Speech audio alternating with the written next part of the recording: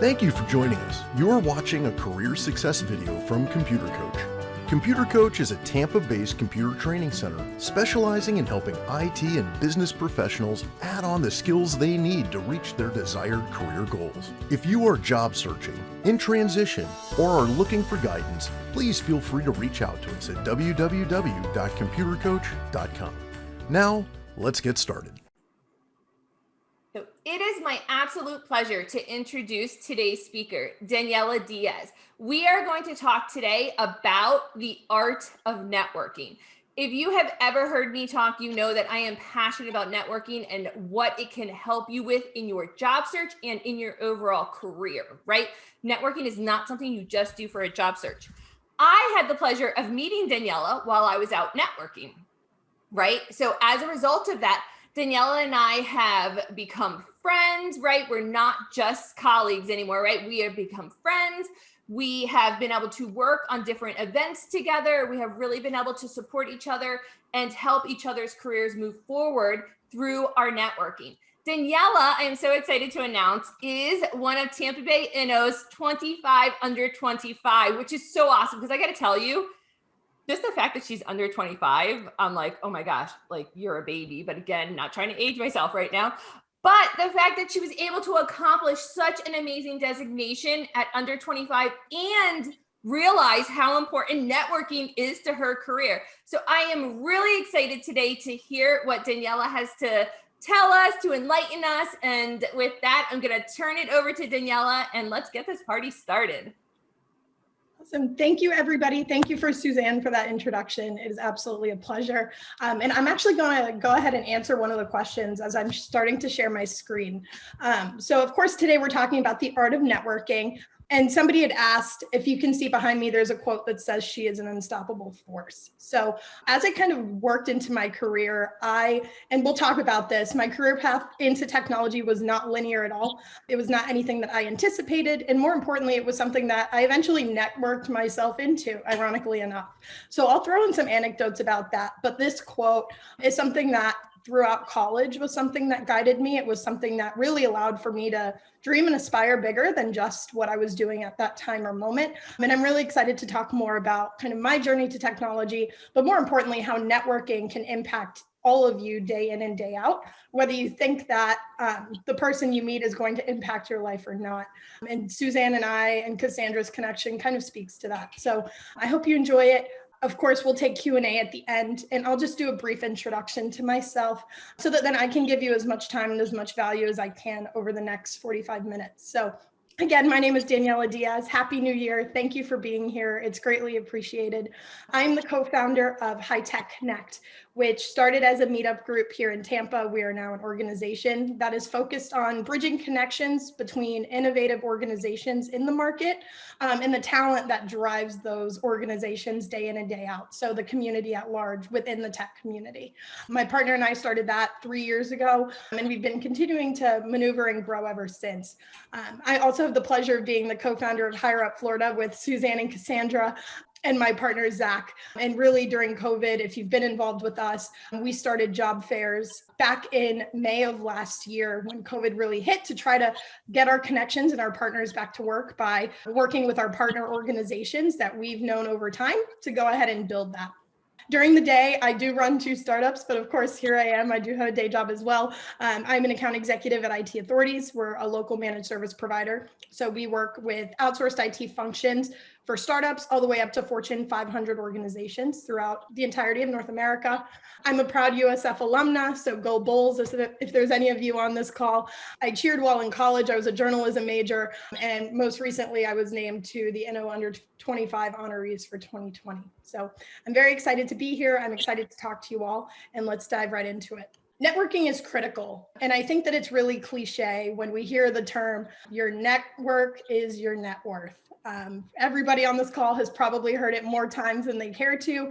And to be honest, that's not really what drives me when I think about networking. So if we look at the quote on the screen, this kind of speaks to more of what I feel about networking and what it means to me. All of your knowledge won't amount to much if you don't have a network of people to share it with and enough compassion for the people in that network to understand that your success is a direct result of their success. This quote, ironically enough, is from back in 2005 from Tim Sanders, who was the chief solutions architect at Yahoo at the time, or officer at Yahoo at the time. And I thought that this quote, as I was really digging into what networking means and the criticality of it, really spoke to what it means to me. It's more than just going out and trying to find one specific thing or trying to enrich myself. It's being able to reciprocate that and give it back to the community and the network that I've built over time. As we move through this, we're going to be talking about the actions required to be an effective networker, some of the do's and don'ts, and how that's led to career advancement, both in an anecdotal sense, but also in more of a black and white kind of factual sense. The first thing when it comes to networking, let's take a moment and be honest with ourselves. Do you currently network? Are you currently leaving events and feeling like you're not meeting anybody or you're not making quality connections with people? When I took my first job out of college, I was actually recruiting, ironically enough. And one of our metrics that we had to meet was to go and attend a certain number of networking events per month. It was broken down to about 1 to 2 a week. And when I would go to these events with a colleague of mine, let's say on a Wednesday after work, the last thing I wanted to do was walk into that room and make small talk with people, as I felt it wasn't critical for me at that point in time. So I would leave, I would Irish exit without saying goodbye to anybody, felt like I was there for an hour and didn't really get much from it. And that really took a lot from me to sit down and really realize with myself, yes, I'm physically going to a networking event, but no, I am not networking. And I think that honest conversation and accountability really helped me to up my game when it came to networking. And from there, a lot of doors started to open. In doing some research and in really having that conversation with myself, there's something that is called the networking quotient. Think about your EQ, think about your IQ. These are all ways to measure yourself against standard. Think about a standardized test. And the networking quotient is the exact same thing, but it's specific to what we're trying to accomplish today. So think about these questions to yourself. Again, you don't need to ask them out loud. You can write down your answers if you really want to think about that. And I can send this to you after the event, of course. Don't feel the need to write down copious notes if I'm speaking too fast. Some of the questions to really ask yourself as you're being honest and figuring out where you want to go with networking include how many people are in your network, right? How actively do you work on building your network over time? What is the quality of your network? Are these people that you're connected with on LinkedIn, but if you reach out to them, will they respond? Do you have a real relationship with these people? What are the strength of those relationships that you do have with the people that are in your network? Are your relationships reciprocal? If you reach out to somebody for an introduction, would they do the same to you? And vice versa. How are you reciprocating these actions and how are you making networking a two-way street?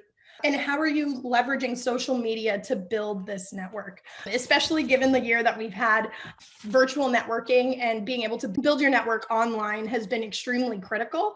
And these are some questions to really help you determine where you are and where you stand right now. Because once you understand that, you'll have a roadmap of where to go and an idea of the ways that you can improve. So building your network is going to take time. It's not something that happens overnight. When we think about network, we generally think about 3 different categories of people that we have in our lives. So you have your life network, which is generally your closest family members, people that are tied to you by blood, or people that maybe you've known for decades at a time that are in and around your life day in and day out.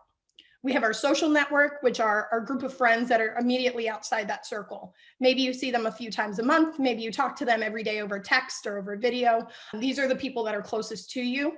And then you have your work network. So your colleagues, your managers, your past coworkers that you've worked with. And what do those relationships look like? And to be honest, each of them looks a little bit different. But when you're effectively networking, a lot of these lines will start to blur. You'll be able to look at people in your life network and realize that maybe you have something in common at a work perspective, or you work in the same field. So you can start to chat with them in a different sense. Maybe people in your work network have become your friends over time because you realize that you had common morals, common interests, common goals. These are different ways that you can personally connect with people and start to ensure that your network is not only expanding in one of these 3 areas, but as you expand one, it's also expanding the other 2 as well. So it's a little bit of yin and yang, but it ensures that as you're really going out and building connections, that you're building organic relationships with the people that you're working with and that you're networking with over time.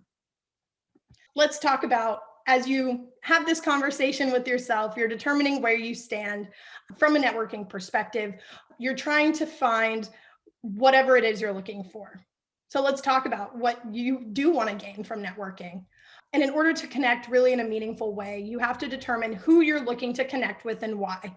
And for everyone, that's different. Everybody walks into a networking meeting with a goal in mind, a different intention, for example. And that's not a bad thing. People really think of people having motives, and that can have a negative connotation depending on the way that you look at it. But everybody has a goal when they go to a networking meeting, and that's okay. The goal is to understand that person and to try to fill in that gap if you can, or provide assistance, or be that resource that maybe they're looking for. Some of the most common things that people are looking to gain from networking include the job market, whether you're actively looking for a job or maybe you're just trying to understand what the current market looks like. The job market is going to be one of the biggest factors that leads people to networking, but it should not be the only one. Learning opportunities. So the ability to learn from either peers that are maybe working for your dream company or in your dream title with your dream language. Or it could be something as small as wanting to understand a business unit that you've never worked with. So let's say trying to network with salespeople so you understand why their projects never match the statement of work. Funny, I'm in sales, so I can say these things. But it could be whatever it means to you. Door opening, problem solving. These are all different categories that in a really broad sense, a lot of people are looking for at once, and that's okay. When you're going and you're looking to gain this, you need to be authentic in having this conversation with people. Like I said, keep in mind the tech market is growing, it's changing day in and day out. Everybody knows how many new features are released just in beta from Azure, AWS, every single day. It's hard to keep up with the times, but if you're keeping up with your network, it'll help a little bit as you're really trying to build your career, as you're trying to advance, to have people and resources that you can lean on that you trust. So let's talk about building authentic career connections, right? With COVID, of course, we want to talk about virtual first networking because let's be honest, that's where we are in the market at the moment. Hopefully, as the year progresses, we'll all knock on wood, we're going to see a lot of these in-person events come back. But in this sense, we can use social media not only to fill in the gaps that we had from meeting people in person, but more importantly, to be able to connect in maybe ways that are more comfortable if you haven't been networking or it's not your favorite thing to do. Let's talk about a few different ways that over time I've been able to connect with folks and have led me to making really meaningful connections. Of course, being in the tech space, let's start with Meetup. Meetup, of course, if you haven't been on the site, I'm going to assume everybody has so many different topics and so many different groups that are active within the Bay Area, but of course nationwide that are specific to maybe your interest or your tech stack that you work within, or maybe one that you want to go into. The meetup scene for me when I first started was always, to be honest, one of the hardest places for me to network. When you walk into a room and everybody can kind of imagine this, it kind of feels like you're walking into a college lecture if it's on a specific topic. There's somebody that's going to be speaking on that topic. Everybody kind of scurries into their assigned seats with a few slices of pizza, maybe some soda that they grabbed as they were walking in that was provided. You sit, you listen, you ask questions, you take notes, and then everybody scatters as soon as the meeting is over, because at the end of the day, it was a long day. It's likely after work in the middle of the week, you want to get home, you still have things to do. And that was always really hard for me to learn how to network. These are different ways, and we'll talk about different ways to make connections in these types of settings. And there's social media. So of course, there's things such as LinkedIn, Facebook that a lot of people, of course, have, communicate on day in and day out. Of course, we're going to focus on LinkedIn from a career perspective, but there's also new social media networks that are popping up day in and day out. Look at Clubhouse, which is a new network that essentially allows you to go and speak on a topic that you're passionate about, and anybody can pop in, listen, and collaborate based on that same topic. As these trends change, as new means for communication and connection come up, how do you manage those different social networks and how do you make the most of them? And then, of course, there's in-person events, which are always my favorite. Depending on where they are and what the event is, it could be something as small as a happy hour, and it could be something as big as an actual event. I'll plug my own High Tech Connect events for these if you've been to them. The goal of all of these is to make social media, to make these virtual networking events more than just something on your calendar and more than just a like that you're putting on someone's post. Although that's great, although you are engaging, how do you make it a more meaningful connection as we drive through and really talk about the core of networking, which is getting to know somebody at a more human level? Let's talk about some of the do's of networking. A lot of these will be really straightforward and we'll break out into some anecdotes. So the first and foremost is to be present. right? The hardest part is showing up. It's kind of like going to the gym. You hate it, you hate it, you hate it. But at the end of the day, do you really ever regret a workout? For me, I'll say I have a few times, but that's okay. It's about being authentic. So being present with the audience and being able to engage with whatever event that it is you're at. So let's say you're at an AWS event and somebody's presenting on compliance and how it's changing within AWS.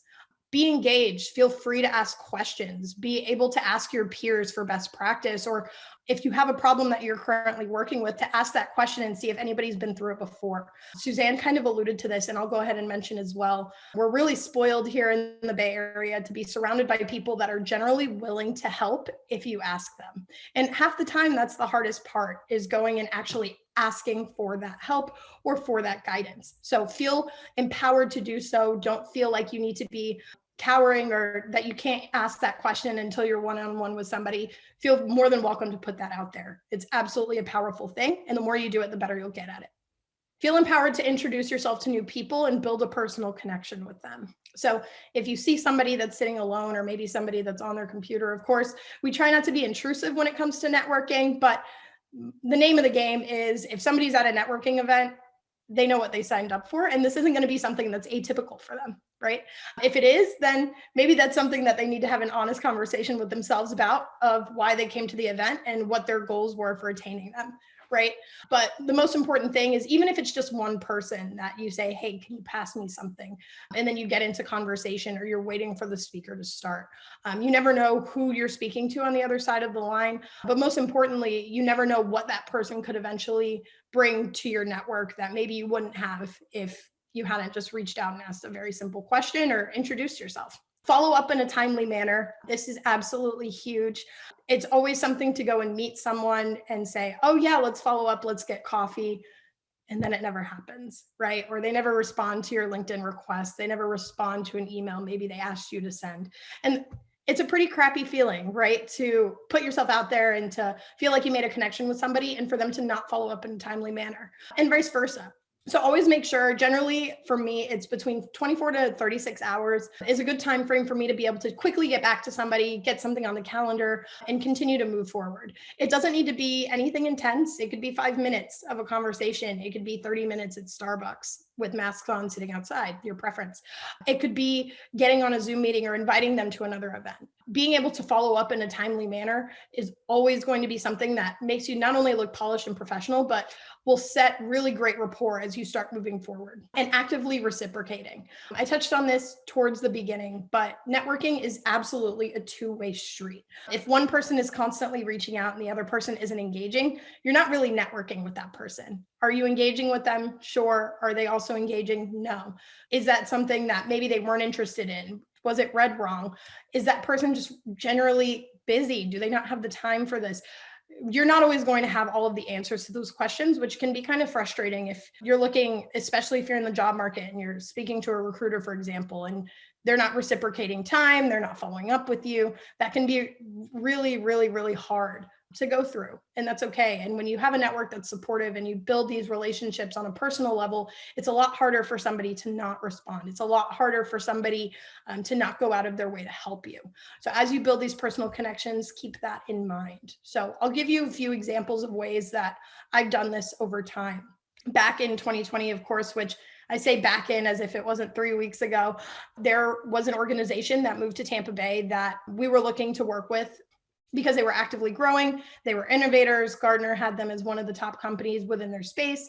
And I wanted to really learn more about the organization because I wanted to be able to partner and help them, just given their growth when it comes to High Tech Connect and being able to really showcase what they're doing and what they brought here when they moved their headquarters. I connected with their CEO on LinkedIn, and I could have stopped there, but over time, you start to engage organically on people's posts. So I realized that a lot of the things that he were posting were things that spoke to me at a personal level. They were things that I agreed with, things and philosophies that I felt were important to my career growth. So I started engaging in the content, just dropping a value statement every so often on some of his LinkedIn posts, asking questions about some of the things he posted so I could get a better sense of how he was able to build his organization from a few people up to a couple hundred. And over time, that led to him reaching out to me directly to start a conversation about how we could benefit each other. And that led to him becoming one of my mentors, which is really exciting for me. And that all came just because I had a little bit of gusto to go out of my way and just leave a comment that took me maybe 30 seconds to type, really engage and understand what he was posting and engage with it in a really meaningful way, as opposed to this is great or just a generic comment. And that really made me stand out, and eventually led to this relationship being built. Again, it doesn't need to be anything that's groundbreaking. It doesn't need to be a giant act to be able to go out and network and to make meaningful connections. But those small things and those small habits that you build over time will really start to be able to bubble up for you and will eventually start to give you that traction that you're looking for in your networking relationships. Let's talk about some of the don'ts, right? Yin and yang, do and don't. They're things that I had to learn and things that I did when I first started networking too. So the first is be a wallflower. So for me, if you've met me, if you've seen me at any events, I'm extremely outgoing. I'm quite literally always the loudest in the room, unless I'm in the room with Joelle, who's on here as well. But for the most part, when I first started networking, I was absolutely a wallflower. I sat in the back corner, didn't really talk to anybody, stayed on my phone, waited for it to end, and I got out as quickly as I could. It's kind of like being in college all over again. And it wasn't an enjoyable experience for me, but at the same time, I wasn't putting myself out there enough to be able to get anything in return. So once I started realizing that going out of my way to just say hello to people, or even just to hold the door open for somebody, would lead to a conversation that could be impactful, I tried to force myself little by little to go out of my own way to start to put those things in motion. And that's something that has been very beneficial for me, is just not just being alone in the corner. Don't try to sell or get something from someone from the jump or right when you connect with them. I know everybody on this call has probably gotten a LinkedIn request, accepted it, and then 2 minutes later been hit with an email of, hey, I'm so-and-so and I do this, and I would love to connect with you about X, Y, or Z. And it has no relevance to anything that you're looking for. They didn't really take the time to go through your profile and understand who you are and what you're looking for. Maybe they just saw a job title and saw dollar signs floating over your profile picture. And it's absolutely annoying. And I think everybody at this point on LinkedIn has kind of come to the consensus that it's not effective. It's not an effective way to sell, and it's not an effective way to build a relationship. People work with people that they know and people that they trust more so than they will anybody sending a cold message. So always make sure when you are sending those messages, like I said, make them catered, try to provide value, engage in an authentic way. And that's going to be able to, you're going to be able to read that in an authentic fashion, as opposed to just a common comment that you're putting on somebody's post or a message that you're sending that just doesn't resonate with them at the time. Don't ignore people. For every annoying salesperson that has ever reached out to me, I'll reach out to them and say, no, I'm not interested. Thank you for reaching out. Not because it's something that I want them to feel better about it or I want them to continue doing it. Maybe it's a bad thing because they continue to do this and I shouldn't do that. But all of this to say, if somebody reaches out to you, no matter what it is, it'll take me 20 to 30 seconds to just give them a quick response and be on with my day. That's a door that may be open in the future. That's something that maybe I will need 6 months from now. So I never want to burn a bridge or close a door just because it doesn't resonate with me at the time. The more PC you can keep it, the easier that you can keep it, the better it is in the long term to at least have that person in your network and know that they're available if something was to happen. Don't fail to follow up. If you promise somebody that you're going to send them something or that you're going to invite them somewhere, try not to follow up, because if you're on the other side of that coin, you know how that feels. And that's not something that you want to be associated with of, oh, there's somebody that's flaky or there's somebody that doesn't follow up. All of these things are important as we're networking, just the same way that they're important in your day-to-day activity, right? Don't limit your network. For me, it was, I attended cloud meetup groups. So I went to AWS, I went to Azure, and that was it. I wasn't going to .NET. I didn't care at the time about development. And I was really siloing myself into being around just a small group of people that, yes, I had relationships with, but I wasn't able to continue to learn from. over time, just because I was seeing the same faces and the same names over and over and over again. So don't limit yourself. Try to go out of your way to go and do something new every so often. It doesn't need to be a consistent thing, but do try to brighten those horizons. That's really what drove us to start High Tech Connect, was to get different people from different backgrounds in the same room and communicating with each other. If you think of any business unit, you're not just going to be working with your one team. You're going to be collaborating with other teams day in and day out. So as we do it in our 9 to 5 kind of network, we should also be doing that with our greater networks, so that then we can continue to meet new people that may be able to impact us moving forward, that may be able to spark a new interest for us. For me, that was getting into technology, leaving recruiting and going into what is now somewhere that I've been for a few years, led to me meeting the other co-founder that I started High Tech Connect with, all because I went out of my way to go to something that wasn't in my comfort zone. So these are all small things that we can do and we can implement over time to go ahead and broaden those horizons, increase your network, and increase the number of people that you have supporting you. Don't expect immediate results. We are a people of instant gratification. For me, it's online shopping. Go, check out, feel great. But once you get there and once you really think about networking, immediate results aren't going to happen because you don't build a relationship overnight. Like I said, networking takes time. It is something that's absolutely critical, but it's something that you need to put work into. It's not something you can just leave on autopilot and expect to grow overnight. Try not to expect immediate results. Know that that's something that you're going to work towards. And a year from now, 6 months from now, look just how much bigger and how much better your network is because you took that time. Don't ignore your online presence, especially now. LinkedIn is a lot of people's first impression of you. And it's absolutely critically important. For me, I had ignored LinkedIn for a long time. It was very generic. I wasn't really engaging much.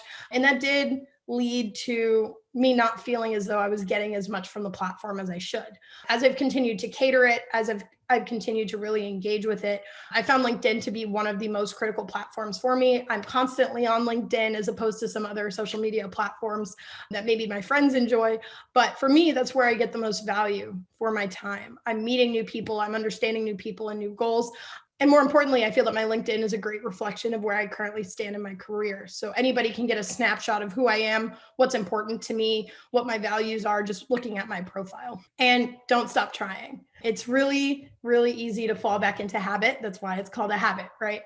It's hard to go ahead and break that habit, and it's hard to try something new. But the more you do it, it will get easier and it will become more second nature as you move through this. Don't stop trying. Don't get down on yourself. If you have questions, or if maybe you don't feel comfortable, bring a friend, bring somebody that you know, see who's attending and see if there's somebody there that you can kind of ask to introduce you to some folks.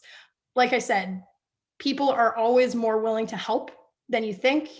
The hardest part is just being able to ask them.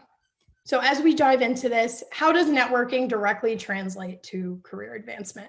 I was doing a lot of research as I was developing this and as I've tried to tune my networking to be a little bit more finite.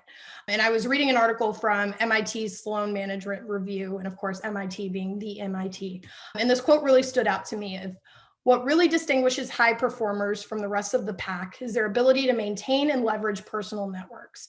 The most effective knowledge workers create and tap large, diversified networks that are rich in experience and span all organizational boundaries. I thought this was interesting, more so because the gap in knowledge is absolutely smaller than it was 10, 15, 20 years ago. The internet has provided us instant access to anything that we really want to learn, right? So that traditional gap of knowledge, whereas somebody went to university, whereas somebody didn't, and they went to a trade school or they went to a boot camp to learn where they are in technology. That gap is not nearly as big as it used to be because there are so many resources at our disposal 24/7, 365. So really where you're seeing high performers really stand out is the networks that they bring. And what does that mean? These networks don't necessarily need to be people that you're talking to every day. They don't need to be people that are C-suite, for example. They can be in any way, shape, form, or fashion part of your network that will ultimately allow you to learn more and to be more of a value to any organization. The more that you know about the people that are in the community, the more effective that it's going to be for you in the long term. For me personally, when I was in recruiting, I absolutely hated my job. It just didn't speak to me. And I was really kicking myself for not going into tech the more I worked with technologists. I'd gone to a networking event and I'd met somebody that was working at IT Authorities at the time. He was a manager and we had a good conversation. It was about an hour long. And by the end of it, he was like, if you need anything, feel free to reach out. And I said, feel free to do the same. So we'd been working together over time. And on a Thursday, I decided I wanted to quit my job. So I did. Quit my job. I went online and started searching a few hours later for what my next opportunity would be. And I realized that IT Authorities at the time was hiring for a position that I felt I could be a fit for. So I reached out to that manager that I'd met at that networking meeting. And I said, hey, I just wanted to let you know that I quit my job. So I'm sorry, I won't be able to work with you in this capacity, but I did see this position that was open. Would you mind telling me a little bit more about it? And 3 interviews, 3 days later, I had an offer and I've been there for the last 3.5. Something as small as one conversation that I had with someone led me to an open door that I wouldn't have necessarily been able to just walk through if I'd applied blindly. I was able to expedite through the interview process. I was able to meet with managers sooner rather than later because this person was willing to vouch for me based on that conversation that I had. And that was really impactful. And I think that it really speaks to just how powerful networking is. The same thing goes for the creation of High Tech Connect and Higher Up with Suzanne and Cassandra. These are all people that I met networking, that I had a conversation with, and that I felt really aligned with my values and where I was going and what I wanted to do for the community here in Tampa. Had I not done that, I don't know where I would be today. And I can honestly say that networking has led to the career that I've had thus far, and networking will be the reason why my career continues to flourish over time. All of this to say, networking takes time and you don't become a guru at networking overnight. The same way that you don't build your career overnight. It's all stepping stones. It's all blocks that allow you to grow, that allow you to continue to flourish, that give you opportunities to continue to learn and lead to this advancement. A supportive environment is key in maneuvering the job market and enriching your connections. Start small and start. That is absolutely the hardest part with any new habit, with anything that you're doing to improve with yourself that you want to change, whether that's personal, whether that's career, whatever it might be. Everybody has goals that they're looking to achieve. The first step and the hardest part is having an honest conversation with yourself, finding a way to start and putting yourself out there. And to me, that was always the hardest part. And now that I'm here and it's really surreal that I'm having this conversation about networking because I feel like I'm still learning from everyone every day when I'm having any networking conversation. The first step is going to be the most important. And once you're on that path, it's nothing but growth and elevation from there. Again, I want to thank everybody for listening to me ramble on for the past 30 minutes. I hope some of this was helpful in your career searches and in your nuanced kind of goals that you have. And I'm happy to answer any questions that anybody has and give as much guidance as I can over the next 13, 15 minutes that we have left. To learn more about our training programs, classes, and what sets us apart, please visit our website at www.computercoach.com.